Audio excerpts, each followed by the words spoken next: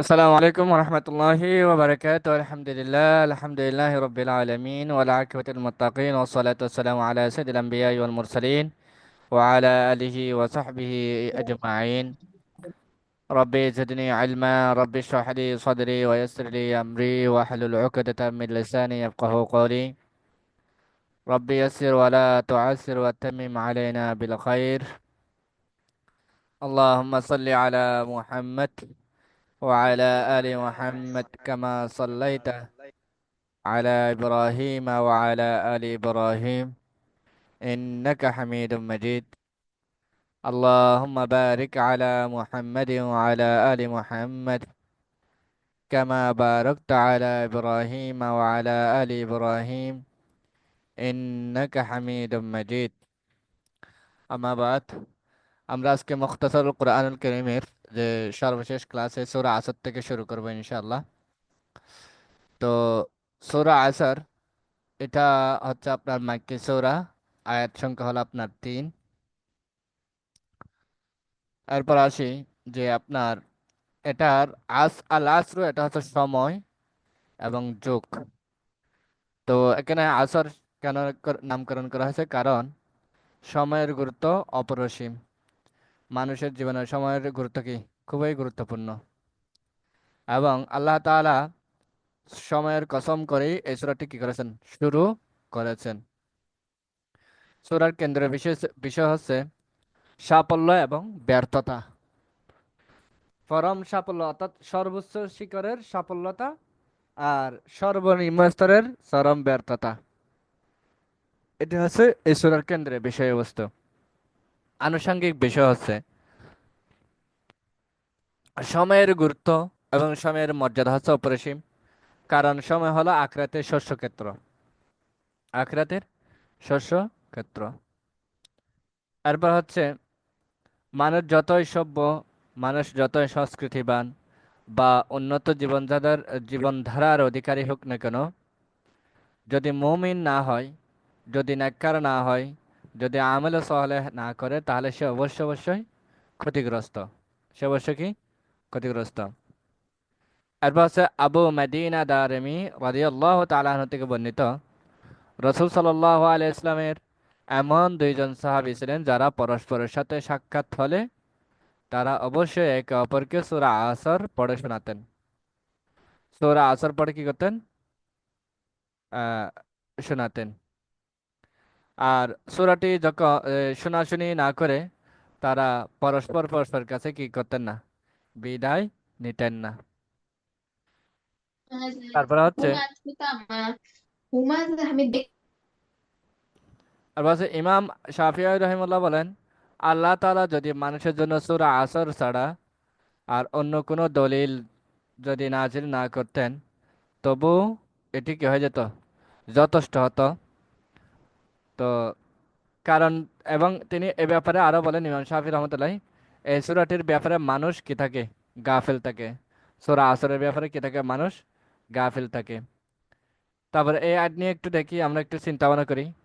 ইল্লাল্লাযীনা আমানু ওয়া আমিলুস সলিহাতি ওয়া তাওয়াসাউ বিল হাক্কি ওয়া তাওয়াসাউ বিস সাবর। এখানে আল্লাহ রাব্বুল আলামিন বলতেছেন যে সূরা ওয়াল আসর, আসরের শপথ। ইন্নাল ইনসানা লাফি খুসর, ইন্নাল ইনসানা লাফি খুসর, আর সমস্ত মানুষই ক্ষতিগ্রস্তদের মধ্যে অন্তর্ভুক্ত। তবে যারা ঈমান আনে, যারা আমলে সালেহ করে, নেক কাজ করে, এবং যারা সত্যের উপদেশ দিয়ে থাকে, হকের উপদেশ দিয়ে থাকে, এবং সবরের উপদেশ দিয়ে থাকে, সবরের প্রতি উৎসাহিত উদ্বুদ্ধ করে, তারা কিন্তু ক্ষতিগ্রস্তদের মধ্যে অন্তর্ভুক্ত নয়। তাহলে এখন সূরা আসরের মধ্যে আমরা 4 প্রকার মানুষের, যদি এই একজন মানুষের কাছে এই 4টি গুণ পাওয়া যাবে, সে কখনো ক্ষতিগ্রস্ত হবে না। সেই 4টি গুণাগুণ কি? ঈমান আনা, আমল সালেহ করা, তারপর হচ্ছে আমল সালেহ মানে নেক আমল করা, ভালো কাজ করা, সৎ কাজ করা, তারপর হকের দাওয়াত দেওয়া, হকের উপদেশ দেওয়া, সবরের উপদেশ দেওয়া, সবর করার প্রতি মানুষকে উদ্বুদ্ধ করা। এই 4টি গুণ যে ব্যক্তির মাঝে পাওয়া যাবে, সে কখনোই কি হবে না, আল্লাহ রাব্বুল আলামিন ওয়াদা করতেছেন শপথ করে বলতেছেন, ওয়াল আসরে, আসরের শপথ করে বলতেছেন, সে মানুষ কখনোই ক্ষতিগ্রস্ত হবে না। তবে যার ভিতরে এই চারটি গুণ অনুপস্থিত থাকবে, সে অবশ্যই ইন্নাল ইনসানা লাফি খুসর। এই কথাটা আল্লাহ রাব্বুল আলামিন কিন্তু আসরের শপথ করে বলেছেন। আল্লাহর শপথ কিন্তু কখনো বৃথা যায় না। আল্লাহর শপথ কি যায় না? বৃথা যায় না। তো সুতরাং এ ব্যাপারে আপনার আমাদেরকেও সচেতন হতে হবে। আল্লাহ যে শপথ করেছেন সেই শপথের অন্তর্ভুক্ত যেন আমরা না হই, এবং আল্লাহ রাব্বুল আলামিন আমাদেরকে যেটা বলেছেন সেটার অন্তর্ভুক্ত যাতে থাকতে পারি। তো এখানে আপনার আমানু, এখানে আমানু, আমিলু, তাওয়াসাও, তাওয়াসাও, চারটি শব্দ এখানে, এই চারটি ভার্ব রয়েছে এখানে। ভার্ব রয়েছে চারটি। কি কি আর রয়েছে এখানে? আমানু একটি ভার্ব, আমিলু এটাও ভার্ব, তাওয়াসাও এটা ভার্ব, তাওয়াসাও এটা ভার্ব। এখানে আল্লাহ রাব্বুল আলামিন এই ইয়ার মধ্যে, আয়াতের মধ্যে ভার্বগুলো কিন্তু বহু বচনের রূপটাই কিন্তু ব্যবহার করেছেন। কেন ব্যবহার করেছেন? কারণ মুসলিম উম্মার মাঝে যে ঐক্যের গুরুত্ব, মুসলিম উম্মার যে জামাতবদ্ধ থাকার প্রয়োজনীয়তা বোঝা যায় এটা বহুবচনের মাধ্যমে।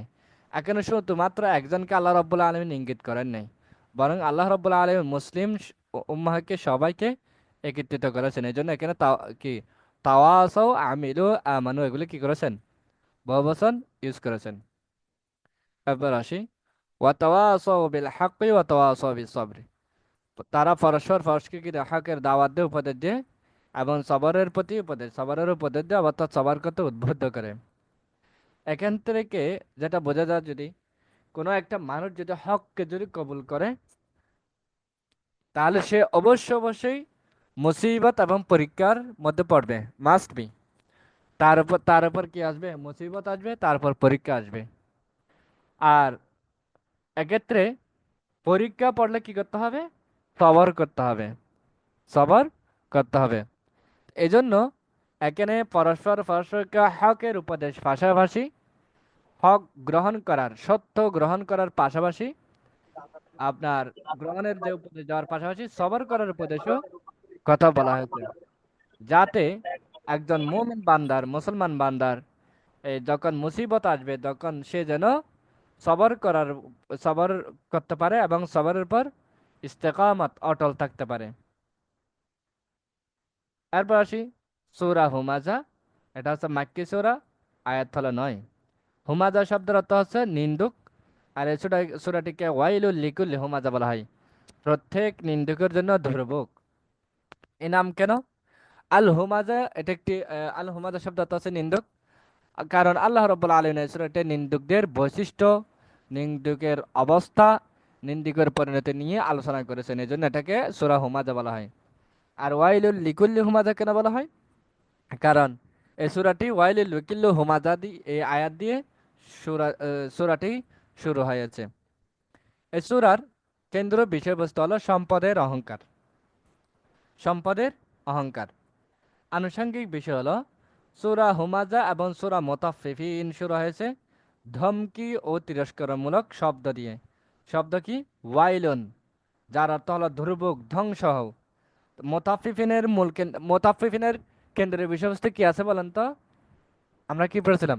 সূরা মুতাফফিফিনের কেন্দ্রের বিষয়বস্তু কি পড়েছিলাম? মনে আছে?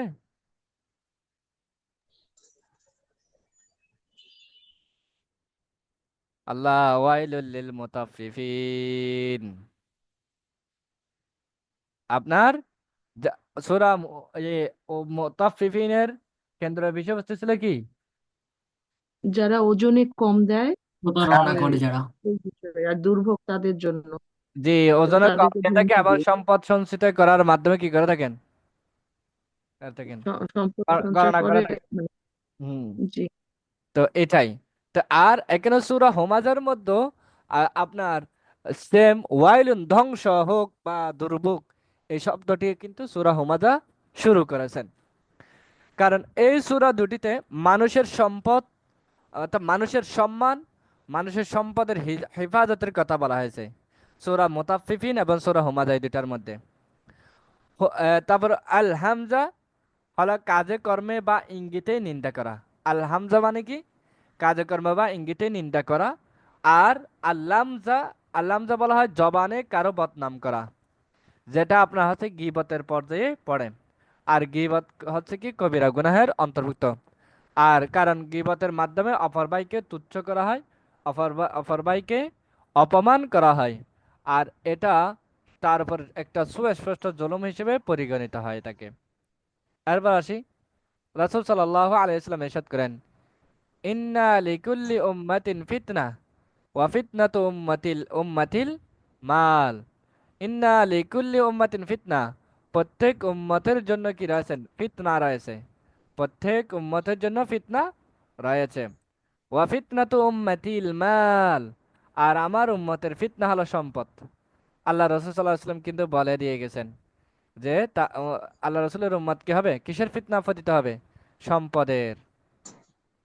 এরপর আসি যে আপনার 4 নম্বর, ওয়াইলুল লিকুল্লি হুমাযাতিল লুমাযা আল্লাযী জামা'a মালান ওয়া আদ্দাদা। ওয়াইলুন, ধ্বংস হোক, লিকুল্লি হুমাযাতিল লুমাযা, যে নিন্দুক এবং গীবতকারীর জন্য দুর্ভোগ বা ধ্বংস হোক।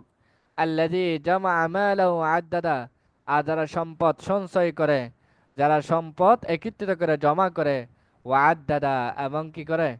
গণনা করে, বারবার গণনা করে। আদ্দাদা মানে বারবার গণনা করা। বারবার কি? গণনা করে। একবার গণার পরে আবার গণনা করে, একটু পর গণনা করে, মানে বারবার গণনা করে, এটাকে বলা হয়। তো যে ব্যক্তি সম্পদ নিয়ে কি করে? কৃপণতা করে, সে কিন্তু সুন্দর কাজ বা সুন্দর ব্যবহারও কিন্তু কি করবে? কৃপণতা করবে। তো এটা আর কি। এরপর হচ্ছে ইন্নাহা আলাইহিম মুসাদা, আর নিশ্চয় নিশ্চয় তা হচ্ছে কি? আর তা বলতে আপনার যে এখানে হা দিয়ে আগুনকে বোঝানো হচ্ছে। তাদেরকে আবদ্ধ করে রাখবে, বেষ্টন করে রাখবে, তাদেরকে আপনার এই, ঘিরে ঘিরে ধরে রাখবে।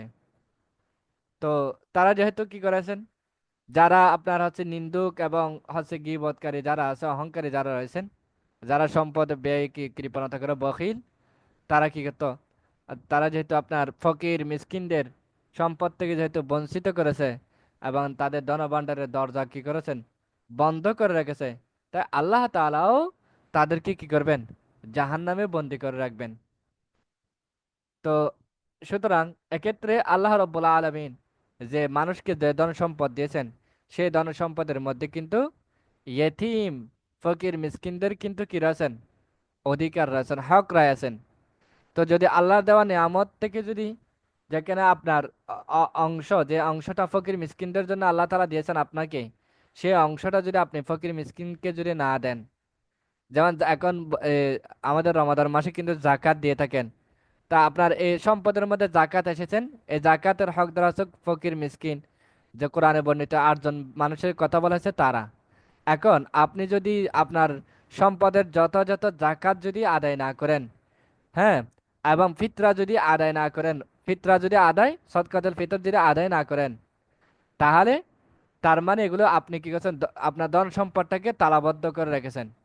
তা আপনার সম্পদটাকে আপনি যেভাবে তালাবদ্ধ করে রেখেছেন, ঠিক তদ্রূপ আল্লাহ তাআলাও কাল কিয়ামতের ময়দানে তা এই যে এটি মিসকিন এবং ওই যে অন্যের হক নষ্ট করার কারণে, অন্যের অধিকার থেকে বঞ্চিত করার কারণে আল্লাহ তাআলা জাহান্নামে বন্দী করে রাখবেন। আল্লাহ রাব্বুল আলামিন আমাদেরকে হেফাজত করুক। আর বলছে আল্লাযী জামা'a মালান ওয়া আদ্দাদা, আর যে ব্যক্তি সম্পদ সঞ্চয় করে, ওয়া আদ্দাদা, এবং তা বারবার বারবার গণনা করে, একবার দুই না, বারবার গণনা করে। তো মূলত সম্পদ সঞ্চয় করা, জমা জমা করা, এটা কিন্তু কি নয়, খারাপ বিষয় নয়, নিন্দার বিষয় না।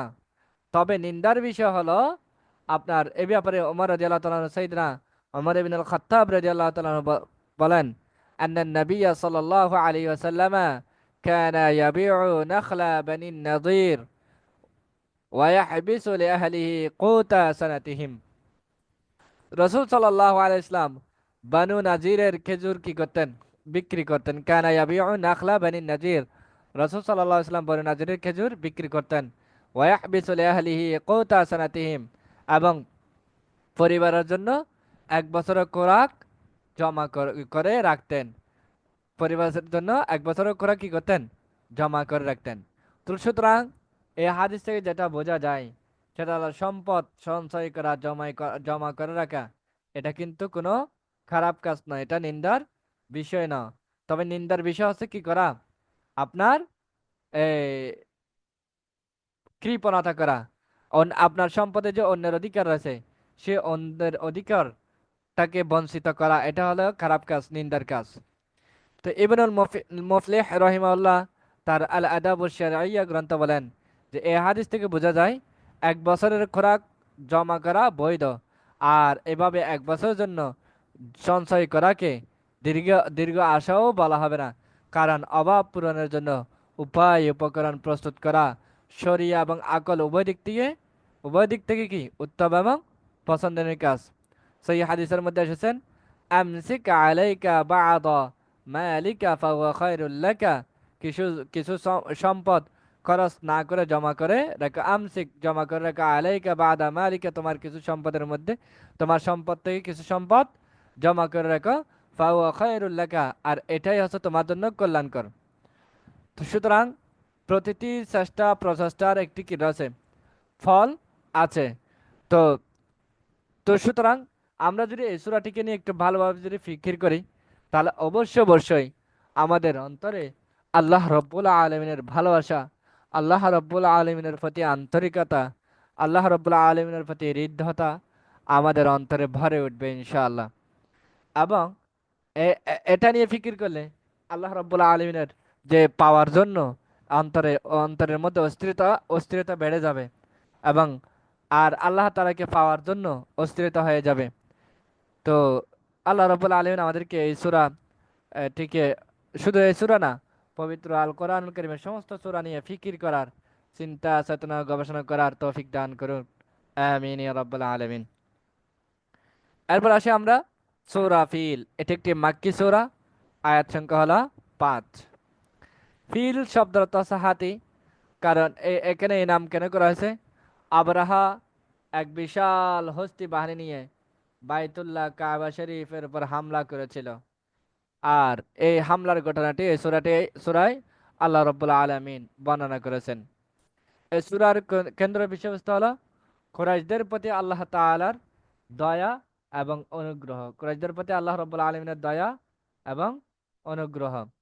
আনুষঙ্গিক বিষয় আনুষঙ্গিক বিষয় হচ্ছে আপনার আল্লাহ রাব্বুল আলামিনের কাছে কাবার মর্যাদা, কাবার মর্যাদা এবং কাবার সম্মান অনেক উঁচু, অনেক অনেক বড়।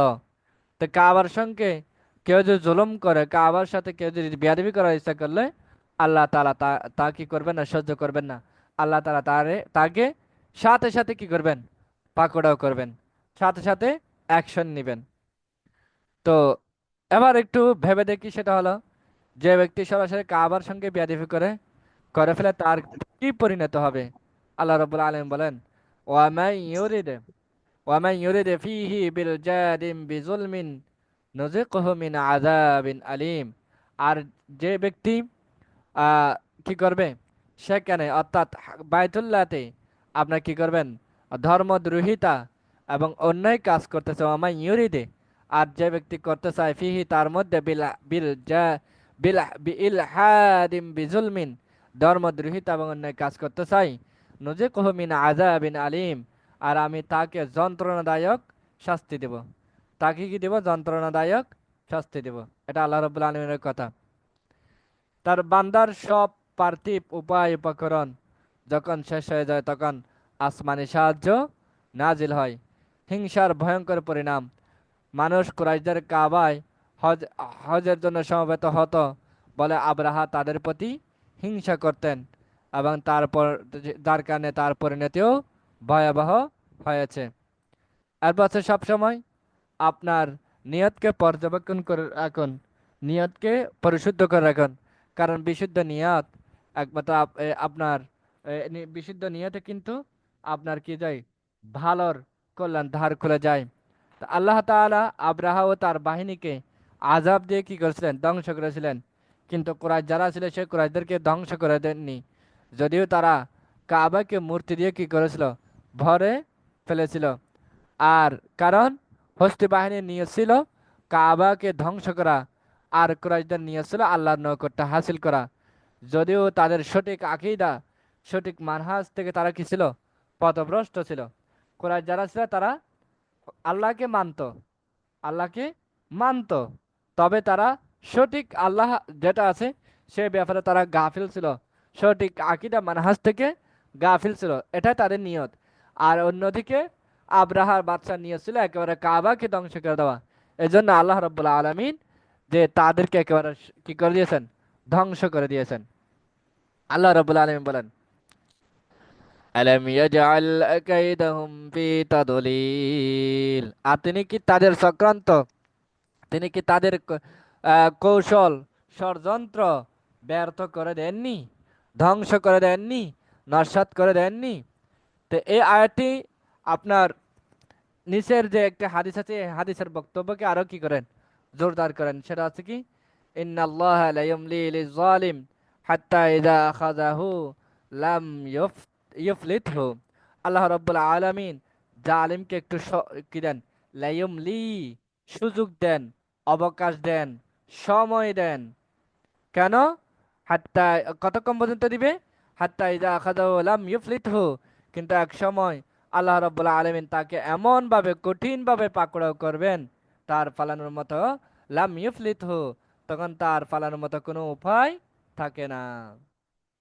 আল্লাহ তাআলা কিন্তু সময় দিবেন। এই যে কাফের মুশরিক যে আছে, যে এখন যে ফিলিস্তিন সহ বিভিন্ন যে সারা পৃথিবীতে মুসলমানদের উপর ইহুদি খ্রিস্টানদের যেভাবে আপনার কি চলতেছেন, যে অত্যাচার জুলুম নিপীড়ন চলতেছেন, এরপরেও কিন্তু আল্লাহ রাব্বুল আলামিন সহ্য করে যাচ্ছেন। কেন? এটা আল্লাহ রাব্বুল আলামিন তাদেরকে কি কি দিচ্ছেন, একটু সময় দিচ্ছেন, সময় দিচ্ছেন, সুযোগ দিচ্ছেন।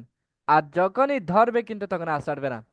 তাহলে যেমন নাকি নমরুদ, নমরুদকে আল্লাহ রাব্বুল আলামিন ছোট্ট মাসির ছোট্ট মশার মাধ্যমে ধ্বংস করেছেন। তারপর হচ্ছে কি আপনার আব্রাহাকে আপনার এই কিসের মাধ্যমে, আবাবিল ফাকির মাধ্যমে ধ্বংস করে দিয়েছেন। তারপর ফেরাউনকে আপনার পানিতে ডুবিয়ে ধ্বংস করে দিয়েছেন। তারপর হচ্ছে নূহ আলাইহিস সালামের কওমকে আপনার কি করে দিয়েছেন, ঘূর্ণিঝড় মহাপ্লাবনের মাধ্যমে ধ্বংস করে দিয়েছেন। লূত আলাইহিস সালামের কওমকে একেবারে উল্টে দিয়েছেন।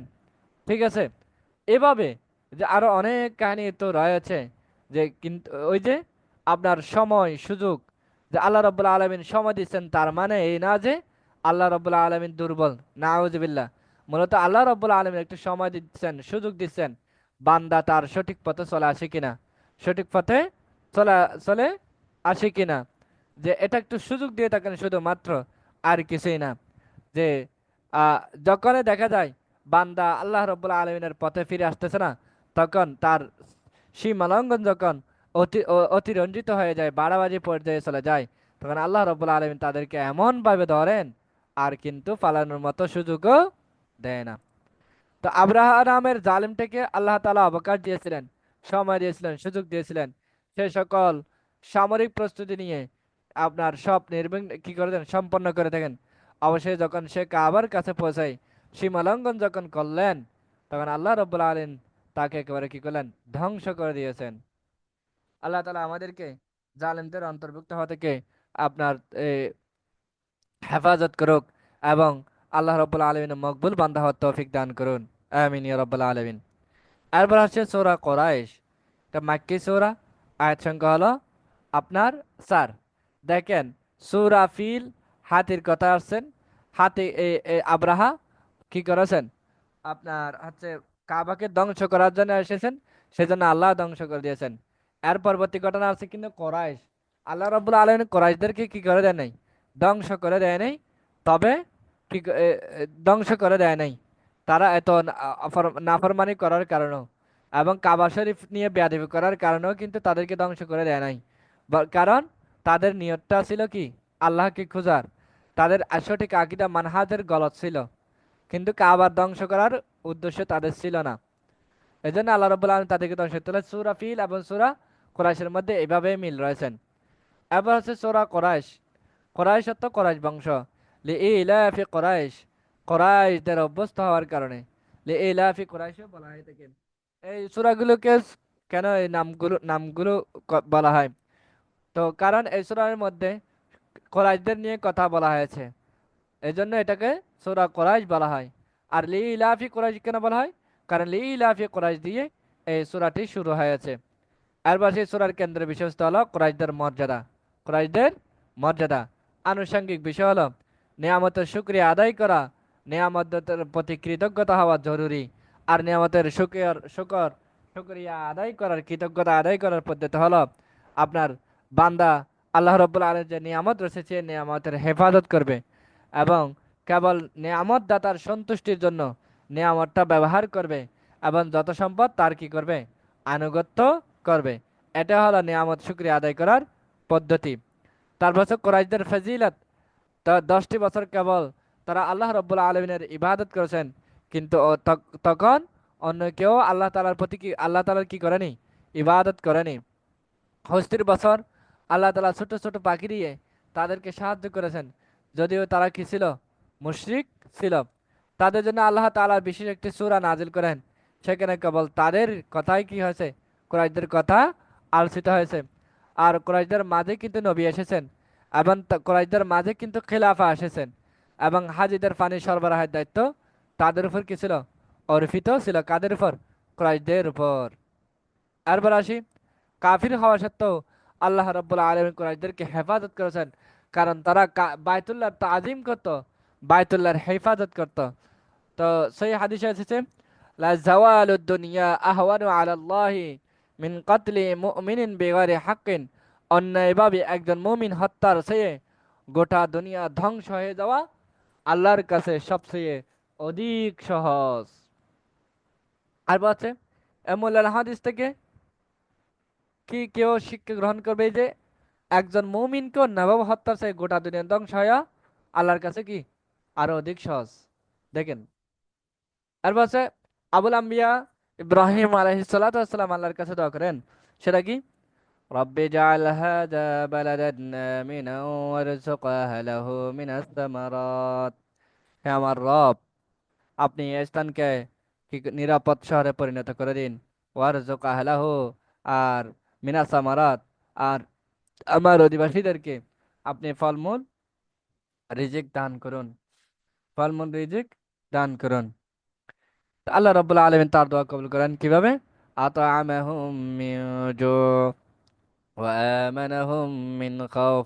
আর তিনি তাদেরকে ক্ষুধায় কি দিয়েছেন, খাদ্য দিয়েছেন, এবং ভয় থেকে কি করেছেন, নিরাপদ করেছেন। সুবহানাল্লাহ। এরপর আসি আপনার সূরা মাউন। এটা একটা মাক্কি সূরা, আয়াত সংখ্যা হলো 7। তো নাম আল মাউন, প্রয়োজনীয় গৃহ সামগ্রী, নিত্য ব্যবহার্য বস্তু।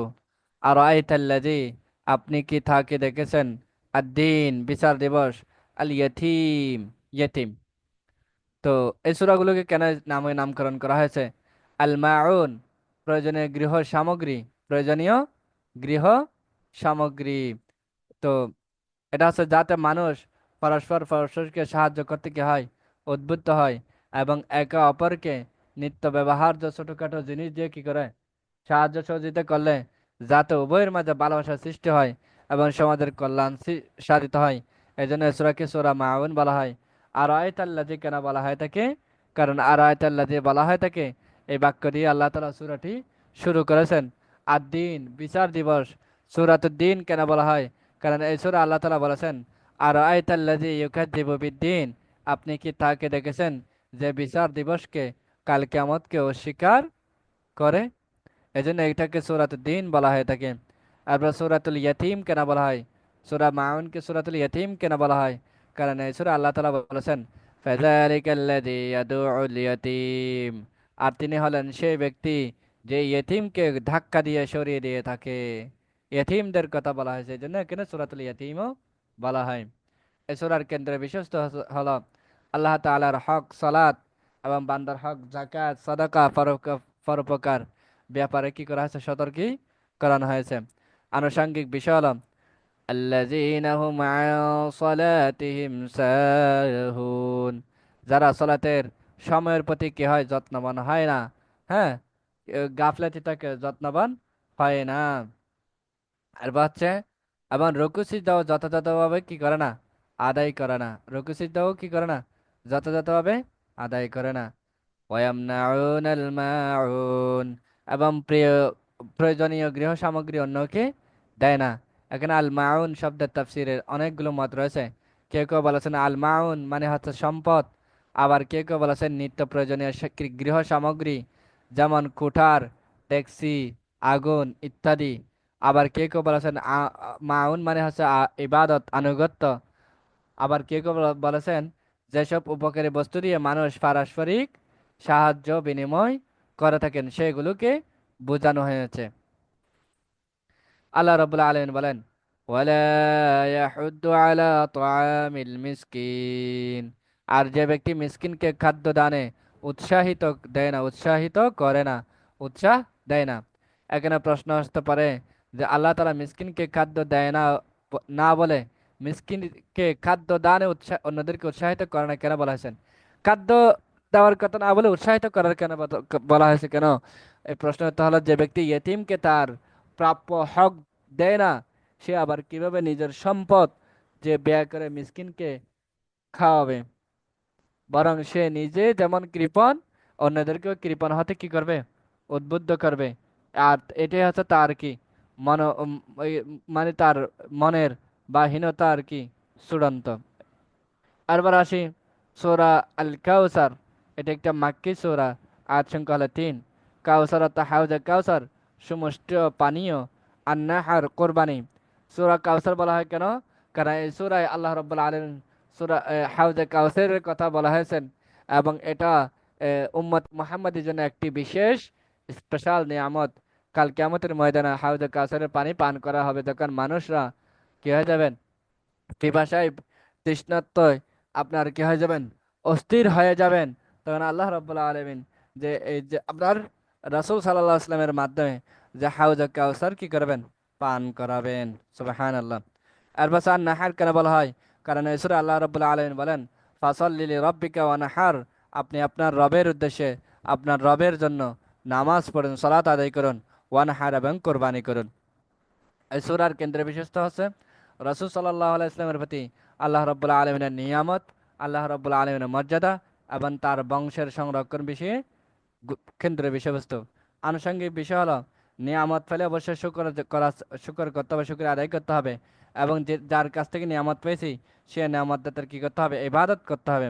আল আবতার মানে হচ্ছে সাফল্য, কল্যাণ থেকে বঞ্চিত, আর নিয়ামত এবং রহমত থেকেও বঞ্চিত।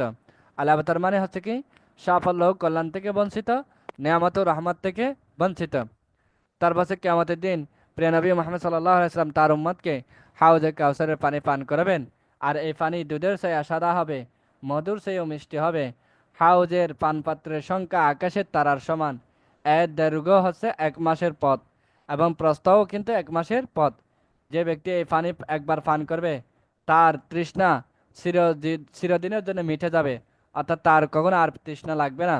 হে আল্লাহ, আমাদেরকে হাউজে কাউসারের পানি পান থেকে যেন বঞ্চিত না করে, এবং হাউজে কাউসারের পানি পান করার তৌফিক দান করেন। এই জন্য আল্লাহ রাব্বুল আলামিনের কাছে বেশি বেশি করে আমি আমরা দোয়া করব। আমিন ইয়া রাব্বাল আলামিন। আরবা হচ্ছে এই আয়াতে আল্লাহ তাআলা সর্বশ্রেষ্ঠ দৈহিক ইবাদত এবং সর্বশ্রেষ্ঠ আর্থিক ইবাদতকে একত্রে এনেছেন। সেটা হচ্ছে কি, ফাসাল্লি লিরাব্বিকা ওয়ানহার, সালাত আদায় করা, কোরবানি আদায় করা। তো এই দুটাকে একসাথে এনেছেন। একটা হলো শারীরিক ইবাদত, আরটা হচ্ছে আর্থিক ইবাদত। শারীরিক ইবাদত হলো সালাত, আর্থিক ইবাদত হচ্ছে কোরবানি। তো সুতরাং এক্ষেত্রে আমাদেরকে যে শারীরিক ইবাদতও করতে হবে, আর্থিক ইবাদতও আমাদের করতে হবে। আর সেটা করতে হবে কার জন্য? লিরাব্বিকা, রবের সন্তুষ্টির জন্য। অন্য কারো দেশে যে আমাকে নামাজি বলবে, আমাকে কোরবানি বলবে, হ্যাঁ কোরবানি দাতা বলবে, বড় কোরবানি দাতা বলবে, এরকম যেন না হয়। আমাদের সমাজের মধ্যে এখন দেখা যায় যে বড় বড় 3টা 4টা গরু নেই, হ্যাঁ কোরবানি করার জন্য। তারপর সেটা কি করে, যে কোরবানির আগে পুরো পাড়াতে হাঁটায়, গরুকে হাঁটায়, চারদিক দিয়ে হাঁটায়, কিন্তু এটা ঠিক না, একটা পশুকে কষ্ট দেওয়া ঠিক না। আর কোরবানি করতে হবে কার জন্য? একমাত্র আল্লাহর জন্য। তাহলে আপনি লোক দেখানোর উদ্দেশ্যে এই পশুগুলোকে কেন রাস্তার মধ্যে আপনার টহল দেওয়াবেন? এটা কিন্তু লোক দেখানো কোরবানি হয়ে যাবে। এটা কিন্তু কি হবে না আপনার এই আল্লাহর সন্তুষ্টির উদ্দেশ্য কোরবানি কিন্তু হবে না। এজন্য এগুলো লৌকিকতা থেকে আমাদেরকে বের হয়ে আল্লাহর আল্লাহ রাব্বুল আলামিনের যে মেসেজ, সেই মেসেজটা আমাদেরকে কিন্তু কি করতে হবে, গ্রহণ করতে হবে। তার ইতিহাসে কি যে যেসব কুলাঙ্গাররাই রসুল সাল্লাল্লাহু আলাইহি ইসলামের সাথে বেয়াদবি করেছেন, শিষ্টাচার বহির্ভূত আচরণ করার চেষ্টা করেছেন, আল্লাহ তাআলা তাকে লাঞ্ছিত করেছেন, আল্লাহ তাআলা তাকে অপদস্থ অপমানিত করেছেন। কিসরার কথাই ধরুন না, যে সে আল্লাহ রসুল সাল্লাহ ইসলামের সিটিকে ছিঁড়ে টুকরো টুকরো করেছিল কিসরা। এই কিসরাটা রসুল সাল্লাহ ইসলামের সিটিকে ছিঁড়ে সিটিকে ছিঁড়ে টুকরো টুকরো করেছিল। আল্লাহ রাব্বুল আলামিন তার রাজত্বকে একেবারে চূর্ণ বিচূর্ণ করে দিয়েছেন। এরপর ইমাম জারকাশি রাহিমাহুল্লাহ বলেন, সূরা কাউসারের একটি সূক্ষ্ম সৌন্দর্য হলো এটি তার পূর্ববর্তী সূরা মাউনের বিপরীতে এসেছে। সূরা মাউনের বিপরীতে এসেছে। আল্লাহ রাব্বুল আলামিন সূরা মাউনের মধ্যে মুনাফিকদের 4টি বৈশিষ্ট্য উল্লেখ করেছেন। সেটা হচ্ছে কি, কৃপণতা, সালাত, তারপর সালাত ত্যাগ করা, সালাতে লোক দেখানো, সালাত সালাত করা, সালাত আদায় করা, এবং লৌকিকতা ও জাকাত কি করা, পরিত্যাগ করা। আল্লাহ রাব্বুল সূরা মাউনে মুনাফিকদের কয়টি বৈশিষ্ট্য উল্লেখ করেছেন? 4টি। একটা হলো কৃপণতা, আরেকটা হচ্ছে কি আপনার কি করা, এই সালাত ত্যাগ করা, আর 3 নম্বর হচ্ছে কি রিয়া তথা লৌকিকতা, লোক দেখানো নামাজ আদায় করা। 4 নম্বর যে কাজটি সেটা হচ্ছে জাকাত আদায় না করা, জাকাত পরিত্যাগ করা। এটা হচ্ছে মুনাফিকদের বৈশিষ্ট্য। আর তারপর পরবর্তী আল্লাহ রাব্বুল আলামিন সূরা কাউসারের মধ্যে আরো 4টি মন্দ বৈশিষ্ট্যের বর্ণনা বিবৃতে 4টি উত্তম বৈশিষ্ট্যের কথা উল্লেখ করেছেন। সূরা মাউনের মধ্যে আপনার মুনাফিকদের অর্থাৎ খারাপ চরিত্রের বৈশিষ্ট্য উল্লেখ করেছেন। আর তার বিপরীতে আল্লাহ রাব্বুল আলামিন সূরা আহ, কাউসারের মধ্যে আরো 4টি বৈশিষ্ট্যের কথা উল্লেখ করেছেন। কয়টি বৈশিষ্ট্য? 4টি বৈশিষ্ট্যের কথা। সেটা হচ্ছে কি, কৃপণা তারা বিপরীতে এসেছেন, ইন্না আতাইনা কাল কাউসার। আর এটার যেটা বোঝা যায় সেটা হচ্ছে বেশি বেশি করে দান। ইন্না আতাইনা কাল কাউসার, তো এর দ্বারা বোঝা যায় দানের, কৃপণতার বিপরীতে দানের কথা আসছে। তারপর সলাৎ যারা ত্যাগ করবে তাদের বিপরীতে এসেছে ফাসল্লি, আপনি সলাতে নিয়মিত হওয়ার কথা বলা হচ্ছে। ফাসল্লি কোথায়? সূরা কাউসারের মধ্যে। আর সূরা মাউনের মধ্যে বলা হচ্ছিল সালাত যারা ত্যাগ করে তাদের কথা। আর সূরা কাউসারের মধ্যে বলা হচ্ছেন সালাতে নিয়মিত আদায় করার জন্য নিয়মিত ভাবে। তার রিয়াউ লৌকিকতার বিপরীতে এসেছেন লিরাব্বিকা, অর্থাৎ লোক দেখানো কোনো ইবাদত করা যাবে না, যা করতে হবে রবের সন্তুষ্টির জন্য, একমাত্র রবের সন্তুষ্টির জন্য করতে হবে, মানুষকে দেখানোর জন্য করা যাবে না। তারপর হচ্ছে জাকাত পরিত্যাগের বিপরীতে সূরা কাউসারের মধ্যে এসেছেন ওয়ান হার, কোরবানির গোশত দিয়ে কি করো, সদকা করো, কোরবানির গোশত দিয়ে কি করো, সদকা করো। তারপর আসি যে সূরা কাফিরুন, এটা একটা হচ্ছে মাক্কি সূরা। সূরা কাফিরুন এটা হচ্ছে কি আপনার মাক্কি সূরা। তা এটার আয়াত সংখ্যা হলো 6টি। এর নাম হচ্ছে আপনার আল কাফিরুন, কাফিররা। আর এ নাম কেন করণ করা হয়েছে? কারণ এই সূরা আল্লাহ রাব্বুল আলামিন কাফিরদের কথা উল্লেখ করেছেন এবং তাদের সঙ্গে সম্পর্কস্থদের কথা বলেছেন। এই সূরার কেন্দ্রের বিষয়বস্তু হলো শিরকের সঙ্গে সম্পর্কস্থদের ঘোষণা। শিরকের সাথে কোনো আপোষ নাই, শিরককে কি করতে হবে, শিরকের সাথে সম্পর্ক রাখা যাবে না। আনুষঙ্গিক বিষয় হলো সকল কাফেরই একই মিল্লাত এবং একই মতাদর্শের অনুসারী, যদিও তাদের ধর্মটা কি হয়, ভিন্ন ভিন্ন হয়ে থাকে। আর তারা সবাই এই আয়তে সম্বোধিত। সেটা আছে কি, কলিয়া আইয়ুহাল কাফিরুন, বলুন হে কাফিররা। আর এই সূরাটির মধ্যে আবার পুনরাবৃত্তি ঘটনা হয়েছে, সেটা হচ্ছে কি 2বার বলা হয়েছে। সেটা হচ্ছে কি, কিসের 2বার কি বলা হয়েছে আপনার হচ্ছে বোতল আছে নাকি?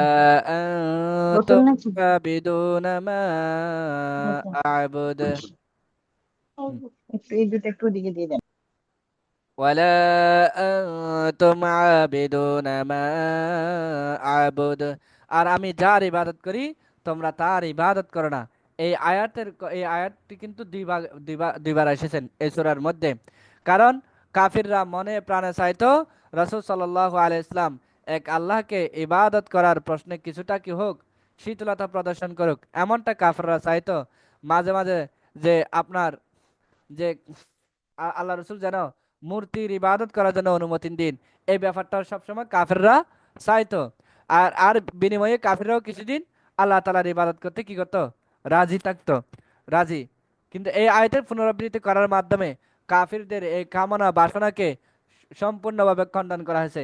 এই জন্য এই আয়াতে কিন্তু দুইবার বলা আছে, ওয়ালা আনতুম আবিদুনা মা আবুদ।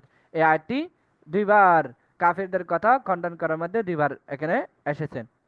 এরপর হচ্ছে যেসব স্থানে আপনার সূরা কাফিরুন পড়া মুস্তাহাব, সেটা হচ্ছে কি, ফজরের 2 রাকাত সুন্নতে সূরা কাফিরুন পড়া মুস্তাহাব। তারপর মাগরিবের সুন্নতে সূরা কাফিরুন পড়া মুস্তাহাব। তারপর তাওয়াফের 2 রাকাত সলাতে আপনার সূরা কাফিরুন পড়া মুস্তাহাব। ঘুমানোর সময় সূরা কাফিরুন পড়লে শিরক থেকে মুক্তি পাওয়া যায়, শিরক থেকে কি পাওয়া যায়, মুক্তি পাওয়া যায়। লা আ'বুদু মা তা'বুদুন, তোমরা যার ইবাদত করো আমি তার ইবাদত করি না।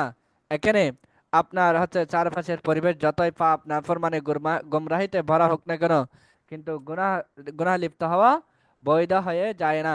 অর্থাৎ পারিপার্শ্বিক অবস্থা যতই খারাপ হোক, যত গুমরাহিতে থাকুক না কেন, কিন্তু কোনো অবস্থাতে কি করা যাবে না, আপনার গুনাহের কাজে লিপ্ত হওয়া যাবে না। যেমন এখন যদি বলি আমার চারপাশে তো এই পরিবেশ, যে এই ওই পরিবেশ, আমার এখানে তো ইসলাম পালন করার কোনো সুযোগ নাই। যেমন যারা মিডল ইস্টে বসবাস করে, হ্যাঁ, ইউরোপ কান্ট্রিতে বসবাস করে, সেই ইউরোপ কান্ট্রিতে কিন্তু অনেক দেশে স্বাধীনভাবে ইসলাম পালন করতে পারে না। হ্যাঁ, তো দেশের পারিপার্শ্বিক অবস্থা খারাপ। যেমন ভারতের মধ্যে গরু জবাই করতে পারে না, ঠিক আছে, ভারতের মধ্যে গরু জবাই করতে পারে না। এরকম আরো বিভিন্ন ইহুদি খ্রিস্টানদের রাজ্যের মধ্যে মুসলমানদের জন্য বিভিন্ন কি রয়েছে, রেস্ট্রিকশন রয়েছে। সেই রেস্ট্রিকশন আছে বিধায় আপনি গুনাহের কাজে লিপ্ত হওয়া যাবে না, বরং সেক্ষেত্রে কি হতে হবে, নিজেকে শক্তিশালী হতে হবে এবং এই দিন ইসলামের উপর ইস্তেকামত থাকতে হবে। জান যেতে পারে, জান যেতে পারে, মাল যেতে পারে, কিন্তু ইসলামকে ছাড়া যাবে না। এক আল্লাহর ইবাদতের দাসত্ব, আল্লাহর আনুগত্য ছাড়া যাবে না। কিন্তু দীপ্ত কণ্ঠে এটা কি করতে হবে, স্বীকার করতে হবে এবং বলতে হবে। আর বলছে মানুষের প্রকারের নামে আল কোরআনুল কারীমে শুধুমাত্র 3টি সূরা রয়েছে। 3টি সূরায় আল্লাহ রাব্বুল আলামিন মানুষের বিভিন্ন প্রকারের কথা বলেছেন। এক হলো মানুষের প্রকার, সেটা হচ্ছে কি, সূরা মুমিনুন, সূরা মুনাফিকুন, সূরা কাফিরুন। এই তিন প্রকার মানুষের কথা কিন্তু আপনার হচ্ছে নাম দিয়ে আল্লাহ রাব্বুল আলামিন 3টি সূরা কি করেছেন, নাজিল করেছেন। একটা সূরা মুমিনুন, সূরা মুনাফিকুন, সূরা কাফিরুন। আবার এই তিন প্রকার মানুষের কথা কিন্তু সূরা বাকারার মধ্যে কিন্তু রয়েছে। মুমিন, মুনাফিক, কাফিরের কথা কিন্তু সূরা বাকারার মধ্যে রয়েছে কিন্তু। আবার এগুলো প্রতিটি সূরা ফাতিহার মধ্যে কিন্তু আছে, সূরা আলে ইমরানের মধ্যে আছে এদের কথা। তারপর আছে সূরা নাসরে কিন্তু যা বলা হয়েছে তা কিন্তু শুধুমাত্র হাসিল হবে। আর যখন যখন সূরা কাফিরুন যা বলা হয়েছে তা কিন্তু কি করা যাবে, পাওয়া যাবে। তো এই বিষয়গুলো নিয়ে একটু চিন্তা ভাবনা করার জন্য এখানে তাদাব্বুর করতে হবে, আমাদেরকে চিন্তা ভাবনা করতে হবে। এরপর হচ্ছে ইসলামে কোনো ধরনের কি নাই, ধোঁয়াশা নাই, হক বাতিলের সীমারেখা এখানে কিন্তু সুস্পষ্ট, কোনটা হক কোনটা বাতিল এ ব্যাপারে সুস্পষ্ট রয়েছে। এরপরেও কিন্তু সন্দেহ করার মতো কোনো বিষয় ইসলামের মধ্যে নাই। এই জন্য আল্লাহ তাআলা কোরআনের মধ্যে বলেছেন, লাকুম দীনুকুম ওয়ালিয়া দীন, তোমাদের দিন তোমাদের জন্য আর আমার দিন আমার জন্য। এখানে আবার অনেকে অপব্যাখ্যা করে দেখেন, লাকুম দীনুকুম ওয়ালিয়া দিন দিয়ে অনেকে অপব্যাখ্যা করে দেখেন, সেটা আছে কি জানেন, ধর্ম যার যার উৎসব সবার। নাউজুবিল্লাহ, সে স্পষ্ট শিরক করলো। যে ব্যক্তি বলল ধর্ম যার যার উৎসবও সবার, যে ব্যক্তি এই কথাটি বলবে, এই কথাটি স্বীকার করবে, মানবে, সে স্পষ্ট শিরিক করলো এবং আল্লাহ রাব্বুল আলামিনের এই আয়াতটাকে অস্বীকার করলো। কারণ আল্লাহ রাব্বুল আলামিন বলতেছেন যে আপনার ধর্ম যার যার, আপনার যার ধর্ম তার। তো এই লাকুম দীনুকুম ওয়ালিয়া দিন দ্বারা যেটা বলছে, ধর্ম যার যার, উৎসবও তার, উৎসব সবার হতে পারে না। মুসলমানদের উৎসব কাফিরদের হতে পারে না, কাফিরদের উৎসব মুসলমানদের হতে পারে না। হ্যাঁ, তো এখানে আলাদা করে দিয়েছেন। সুতরাং এখানে যদি ধর্ম যার যার, উৎসব যদি সবার বলা হয় থেকে, এটা স্পষ্ট কোরআনের আয়াতকে অস্বীকার করা। আর কোরআনের আয়াতকে যে ব্যক্তি অস্বীকার করবে সেটা কিন্তু ঈমান কি থাকবে কিনা সেটাও কিন্তু সন্দেহ, ঈমান থাকবে না। এবং স্পষ্ট বলা যেতে পারে এটা হচ্ছে কি আপনার শিরিকের কাজ, শিরিক হবে, শিরিক হবে স্পষ্ট, মুশরিক হয়ে যাবে সে। আর ইন্না শিরকা লাযুলমুন আযীম, আর হচ্ছে শিরক হচ্ছে আপনার সবচেয়ে বড় গুনাহ। আল্লাহ রাব্বুল আলামিন কিন্তু কাল কিয়ামতের ময়দানে দুটি বিষয় কোনো আপোষ করবে না, কখনো ক্ষমা করবে না। একটা হলো বান্দার হকের বিষয়ে আল্লাহ রাব্বুল আলামিন আপোষ করবে না। বান্দা যতক্ষণ পর্যন্ত তার হক মাফ করে দেয় নাই ততক্ষণ পর্যন্ত আল্লাহ রাব্বুল আলামিন এই ব্যাপারে কি করবেন না, ছাড় দিবেন না। আর এটা হচ্ছে শিরিকের গুনাহ, যে ব্যক্তি শিরিক করবে আল্লাহ রাব্বুল আলামিন তাকে কখনো ছাড় দিবেন না। তো সূরা নাসার এটা একটা মাক্কি সূরা এবং এটার আয়াত সংখ্যা হলো 3। আর নাসর শব্দ অর্থ হচ্ছে সাহায্য। ইদা জাআ নাসরুল্লাহি ওয়াল ফাত, যখন আল্লাহর সাহায্য এবং বিজয় আসবে। আর আত-তাওদি, তাওদি শব্দ অর্থ হচ্ছে বিদায় জানানো, তাওদি শব্দ অর্থ হচ্ছে কি বিদায় জানানো। এই সূরাটাকে সূরা আন-নাসর কেন বলা হয় থাকে, কারণ এই সূরাটিতে আল্লাহ রাব্বুল আলামিন তার দ্বীনের সাহায্য করার কথা বলেছেন। আবার এই সূরাটিকে ইযা জাআ নাসরুল্লাহি ওয়াল ফাত কেন বলা হয়েছে, কারণ আল্লাহ রাব্বুল আলামিন এই আয়াত দিয়ে সূরাটি শুরু করেছেন। আবার এই সূরাটিকে সূরাতুত তাওদি কেন বলা হয় থাকেন, কারণ এই সূরা আল্লাহ রাসূল সাল্লাল্লাহু আলাইহি ওয়াসাল্লামের বিদায়ের ইঙ্গিত পাওয়া যায়। সূরা নাসরের মাধ্যমে আল্লাহ রাসূল সাল্লাল্লাহু আলাইহি ওয়াসাল্লামের বিদায়ের ইঙ্গিত পাওয়া যায়, এই জন্য একে সূরাতুত তাওদি বলা হয়ে থাকে। এই সূরার কেন্দ্রীয় বিষয়বস্তু হচ্ছে রাসূল সাল্লাল্লাহু আলাইহি ওয়াসাল্লামের ওফাত অতি সন্নিকটে। এটা হচ্ছে সূরা নাসরের হচ্ছে আপনার হচ্ছে কেন্দ্রীয় বিষয়বস্তু। আনুষঙ্গিক বিষয় হচ্ছে যে আপনার আমাদের জন্য আমাদের যুগের জৈনক পাশ্চাত্য কাফির বুদ্ধিজীবী এই সূরাটি নিয়ে একটু চিন্তা করলে ইসলামের সত্যতা অনুধাবন করতে অবশ্যই কি সক্ষম হন এবং ইসলাম গ্রহণ করেন। তিনি হলেন যে আপনার, তিনি বলেন যে শত্রু পক্ষকে পরাজিত করতে সক্ষম হলে বাদশারা তাদের উপর কি হয়, ব্যাপক জুলুম ও নির্যাতন চালায়, তাদের ইজ্জত তাদের সম্মান লুণ্ঠন করে এবং তাদেরকে কি করে গণহারে হত্যা করে। আর এটি হলো জালেম বাদশাদের স্বভাব। কিন্তু মুহাম্মদ সাল্লাল্লাহু আলাইহি ওয়াসাল্লাম যখন দুশমনদের উপর বিজয় লাভ করলেন তখন আল্লাহ তাআলা তাকে নির্দেশ দিলেন তিনি যেন আল্লাহর কাছে ক্ষমা প্রার্থনা করেন, যেন তিনি একজন অপরাধী। আর বলছে ইবনে আব্বাস রাদিয়াল্লাহু তাআলা আনহু বলেন, আমিরুল মুমিনিন ওমর রাদিয়াল্লাহু তাআলা আনহু আমার মতো একজন নবীনকে প্রবীণ বদরের সাহাবীদের সঙ্গে দরবারে বসাতেন। এতে জনক সাহাবী কি করতেন, অস্বস্তি বোধ করেন। তিনি বলেন, ইবনে আব্বাস যেন আমাদের সঙ্গে না বসে, সে তো আমাদের ছেলের বয়সের। তখন ওমর রাদিয়াল্লাহু তাআলা বলেন, তার মর্যাদা সম্পর্কে তো আপনারা জানেন। অর্থাৎ এই সাহাবীটা কি করতো, যে ইবনে আব্বাস যেন পাশে না বসে সেজন্য একটু কি করতেন, আপনার অস্বস্তি বোধ করতেন।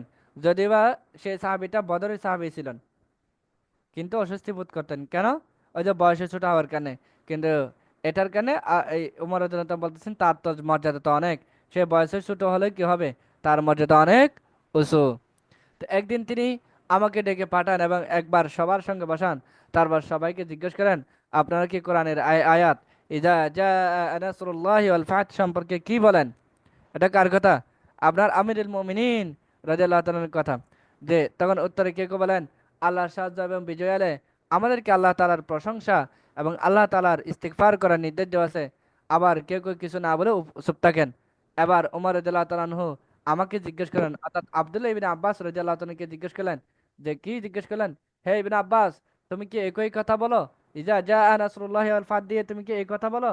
তখন ইবনে আব্বাস রাদিয়াল্লাহু তাআলা আনহু বলতেছেন, না না আমি এই কথা আমি এই কথা না বলি না।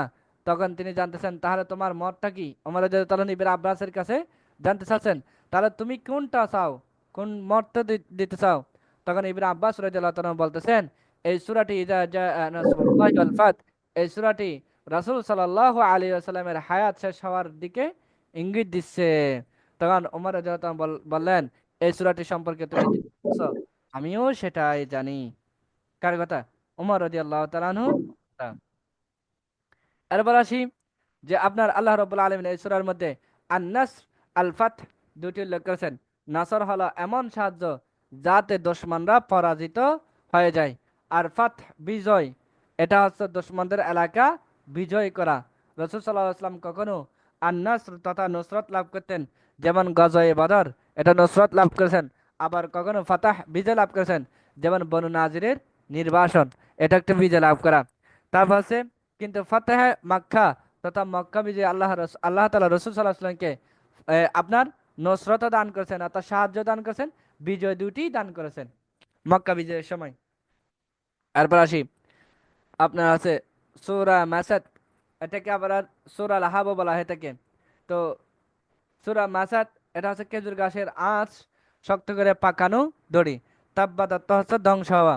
কারণ এই সূরা মাসাদ কেন বলা হয় খেজুর গাছের আঁশ শক্ত করে পাকানো দড়ি? তো এ কারণ এই সূরাতে আল্লাহ তাআলা বলেছেন ফি জিদিহা হাবলুম মিম মাসাদ, আর জাহান্নামে তার তার গলায় খেজুর গাছের আঁশের একটি পাকানো রশি থাকবে। কার গলায়? আবুল আহাবের স্ত্রীর গলায়। তাব্বাত মানে হচ্ছে ধ্বংস, এই শব্দটি দিয়ে আল্লাহ তাআলা সূরাটি শুরু করেছেন। এই সূরার কেন্দ্রীয় বিষয়বস্তু হলো আল্লাহর পথে বাধা প্রদানকারী কাফিরদের পরিণাম হলো দুনিয়া এবং আখিরাতের ক্ষতি এবং সর্বনাশ। এরপর আসছে আপনার আনুষঙ্গিক বিষয় হলো এই সূরাটি আবুল আহাবের মৃত্যুর 10 বছর আগে নাজিল হয়েছে। 10 বছর আগে নাজিল হয়েছে।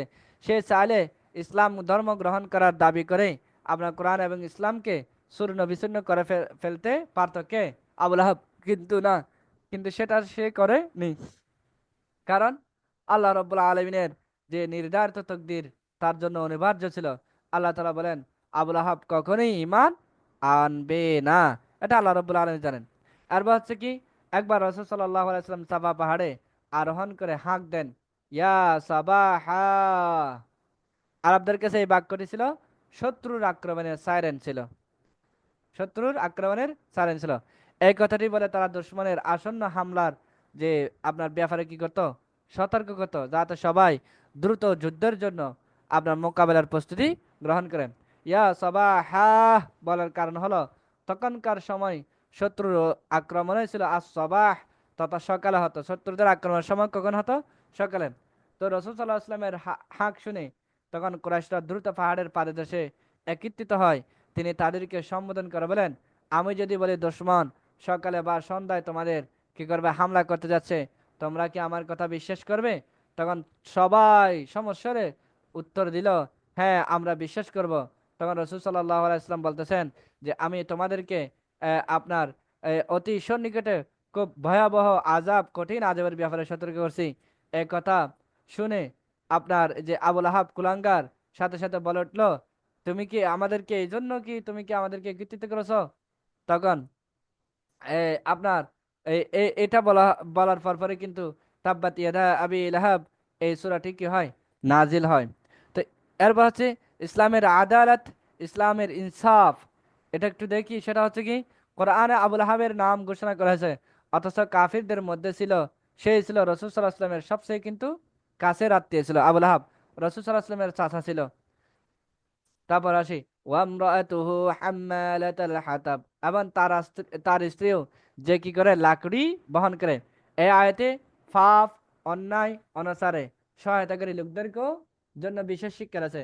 অর্থাৎ পাপ কাজে যিনি সহায়তা করবেন সেও কিন্তু সমান অপরাধী, তাকেও কিন্তু শাস্তির আওতায় আনতে হবে। আর পাশে সূরা ইখলাস, এটা একটা মাক্কি সূরা, আয়াত সংখ্যা হলো 4, নাম হলো আল ইখলাস, নিষ্ঠা, খাঁটি, বিশুদ্ধ করা। কুল হু আল্লাহু আহাদ, বলুন আল্লাহ এক ও দ্বিতীয়। আল আসাস, মূল, ভিত্তি, বুনিয়াদ। আস সামাদ, অমুখাপেক্ষী, স্বয়ং সম্পূর্ণ। তো এই সূরাটিকে ইখলাস বলা হয় কেন? কারণ এই সূরাটিতে আল্লাহ তাআলার বিশুদ্ধ তাওহীদ, আল্লাহ রাব্বুল আলামিনের বিশুদ্ধ সিফাতের আলোচনা এসেছে। কুল হুয়াল্লাহু আহাদ কেন বলা হয়? কারণ আল্লাহ রাব্বুল আলামিন এই আয়াত দিয়ে সূরাটি শুরু করেছেন। তারপর আল আসাস, সূরাতুল আসাস কেন বলা হয় থাকে? কারণ এই সূরাটিতে তাওহীদ নিয়ে আলোচনা হয়েছে, আর তাওহীদ হলো ইসলামের মূল বুনিয়াদ, ইসলামের মূল ভিত্তি হলো তাওহীদ। তার সূরাতুস সামাদ কেন বলা হয় থাকে? কারণ আল্লাহ রাব্বুল আলামিন বলেছেন আল্লাহুস সামাদ, আল্লাহ তাআলা অমুখাপেক্ষী, আল্লাহ তাআলা কারো কাছে মুখাপেক্ষী নয়, বরং আমরা সবাই তারও মুখাপেক্ষী, আমরা সবাই তারও মুখাপেক্ষী। এরপর আসি সূরাত ইখলাসের মূল কেন্দ্রের বিষয়বস্তু হচ্ছে কি? তাওহীদ। আনুষঙ্গিক বিষয় হলো সূরাটি আল্লাহ রাব্বুল আলামিনের এই সূরাটিতে আল্লাহ রাব্বুল আলামিনের 5টি সিফাত তথা গুণ সাব্যস্ত করেছেন। সেটা হচ্ছে কি, তিনি এক ও অদ্বিতীয়, তার কোনো শরিক নাই, আর তিনি হলো স্বয়ং সম্পূর্ণ, তিনি কোনো কিছুর মুখাপেক্ষী নন, সবাই তার মুখাপেক্ষী। আর তিনি হলো অনাদি, তার কি নেই, শুরু নেই। আর তিনি হলেন কি অনন্ত, তার শেষ নাই, আর তার কোনো সমকক্ষ নাই। এই পাঁচটি গুণের কথা সূরা ইখলাসের মধ্যে এসেছেন। এই সূরার ফজিলত হচ্ছে এটি কোরআনের এক তৃতীয়াংশের সমান। কোরআনের কি এক তৃতীয় সমান। তো এটি রহমানের সিফাত, যে যে এটিকে মহাব্বত করবে, আল্লাহ তাআলা তাকে মহাব্বত করবেন। যে ব্যক্তি এই সূরা ইখলাস 10 বার পাঠ করবে, তার জন্য জান্নাতে আল্লাহ রাব্বুল আলামিন একটি ঘর নির্মাণ করবেন। তো যে ব্যক্তি সূরা ফালাক এবং সূরা নাসের সঙ্গে সঙ্গে সঙ্গে সকাল সন্ধ্যা 3 বার পাঠ করে, সূরা ফালাক এবং সূরা নাসের সাথে সূরা ইখলাস আপনার সকাল সন্ধ্যা 3 বার পাঠ করবে, আল্লাহ তাআলা তার জন্যই যথেষ্ট হয়ে যান। যার জন্য আল্লাহ যথেষ্ট হয়ে যায়, তার জন্য দুনিয়ার পৃথিবীর আর কোনো কিছুই লাগে না, কারণ আল্লাহ তার জন্য যথেষ্ট। আল্লাহ তাআলা বলেন আল্লাহুস সামাদ, আল্লাহ মুকাফিকি। এখানে আস-সামাদ শব্দের অনেকগুলো অর্থ রয়েছে। মাখলুক, তাদের অভাব, তাদের সমস্যা, তাদের যে প্রয়োজন, যার মুকাফিকি হয়ে থাকে। আর এমন সামাদ বলতে এমন এক সার্বভৌম প্রভু, যার প্রভুত্ব সম্পূর্ণ, এবং এমন এক মর্যাদাবান মহিমান্বিত সত্তা, যার মহিমা, যার মর্যাদা হচ্ছে পরিপূর্ণ, চিরঞ্জীব, চিরন্তন এবং অবিনশ্বর সত্তা, এবং ঝলমলে আলো। এই আসসামাদ দিয়ে এগুলোকেই বোঝানো হয়ে থাকেন। এরপর সে সূরাতুল ফালাক, এটা একটি মাক্কি সূরা। আয়াত সংখ্যা হলো 5। ফালাক শব্দের অর্থ হচ্ছে ভোর। কুল আউযু বিরাব্বিল ফালাক, বলুন আমি আশ্রয় চাই প্রভাতের রবের কাছে। তারপর হচ্ছে আল ফালাক কেন বলা হয়? কারণ সূরার শুরুতে তিনি ভোরের কথা বলেছেন, এবং ভোরের কথা বলে তিনি শপথ করেছেন। এই জন্য সূরাতুল ফালাক বলা হয় থাকে। কুল আউযু বিরাব্বিল ফালাক কেন বলা হয়?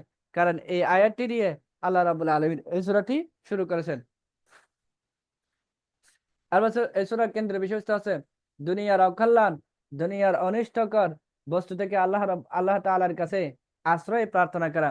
আনুষঙ্গিক বিষয় হলো আল্লাহ তাআলা রাসূল সাল্লাল্লাহু আলাইহি ওয়াসাল্লামকে তার একটি সিফাত রব্বুল ফালাক এর মাধ্যমে চারটি কি করেছেন, অনিষ্ট থেকে আশ্রয় প্রার্থনার নির্দেশ দিয়েছেন। সেটা হচ্ছে কি, জামানার অনিষ্ট, বিশেষ করে রাতের, কাজের অনিষ্ট, বিশেষ করে জাদুর, অন্তরের অনিষ্ট, বিশেষ করে হিংসার, সৃষ্টির অনিষ্ট থেকে আল্লাহ রাব্বুল আলামিন তার রাসূল সাল্লাল্লাহু আলাইহি ওয়াসাল্লামকে আশ্রয় প্রার্থনা করার জন্য নির্দেশ দিয়েছিলেন। এরপর আসি, আল্লাহ রাব্বুল আলামিন ইরশাদ করেন ওয়ামিন শাররি হাসিদিন ইযা হাসাদ। আর যে ব্যক্তি কি করবে, ওয়ামিন শাররি হাসিদিন ইযা হাসাদ, আর যে ব্যক্তি হিংসা করে, সে হিংসার সে হিংসুকের অনিষ্ট থেকে আমি আশ্রয় প্রার্থনা করছি।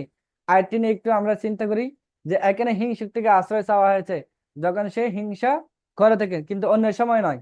যখন সে হিংসা করবে তখনই আশ্রয় চাওয়ার কথা বলেছে, তবে অন্য সময়ের ক্ষেত্রে বলা হয় নাই। কারণ অনেক সময় মানুষের অন্তরে তার ভাইয়ের ব্যাপারে হিংসা উদয় হয়, কিন্তু সে হিংসাকে প্রশ্রয় দেয় না, বরং সে ভাইয়ের কল্যাণকর আচরণ করেন। ইমাম ইবনে তাইমিয়া রাহিমাহুল্লাহ বলেন, সবার অন্তরে হিংসা থাকে। মহান লোকেরা কিন্তু হিংসাকে লুকিয়ে থাকে, আর ইতর শ্রেণীর লোকেরা যারা, তারা হিংসাকে প্রকাশ করে থাকেন। এরপর হচ্ছে উকবা বিন আমির রাদিয়াল্লাহু তাআলা বলেন, রাসূল সাল্লাল্লাহু আলাইহি ওয়াসাল্লাম আমাকে প্রতি ওয়াক্তের সালাতের পর সূরা ফালাক, সূরা নাস পড়ার নির্দেশ দিয়েছেন।